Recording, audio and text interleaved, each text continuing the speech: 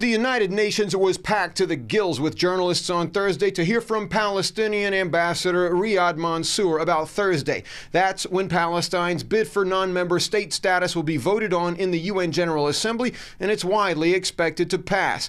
On Tuesday, Mansour laid out how he sees Palestine's big day progressing. We will start with the introduction of our resolution on changing our status to a non-member observer state. The resolution will be introduced, President Abbas will speak, and then action will take place immediately, the voting on our resolution.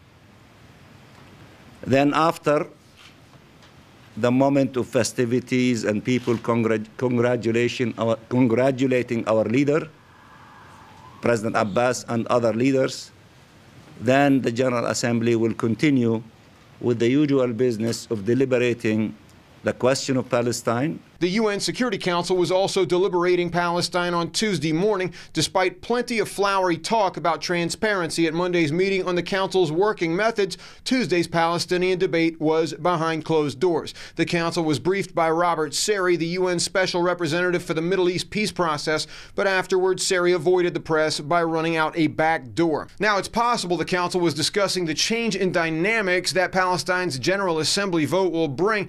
Palestinian officials and others say that non-member observer state status grants Palestine massive leverage politically, diplomatically, and legally. That's leverage Palestinian officials plan to use to end the occupation and pursue justice for Israeli humanitarian crimes. Israel and the U.S. are better aware of this than anyone, and they're doing their best to stop the vote with measures that include Israel's withholding Palestinian tax money and the U.S. cutting of hundreds of millions in financial aid. Mansour says it would be a shame to see such vindictive measures in the face of Palestine's legal and globally popular move. We sincerely hope that that will not be the case. We believe that this is not a good or effective way in conducting diplomacy when countries try to punish other countries for disliking their politics or how they conduct themselves in a place like the United Nations. Mansour adds that he hopes the move will lead to reconciliation between Palestine's differing political factions. Hamas had initially opposed the General Assembly move, but recently gave its blessing. Mansour added that the way to reconciliation would most likely involve elections. Hank Flynn, Press TV, New York.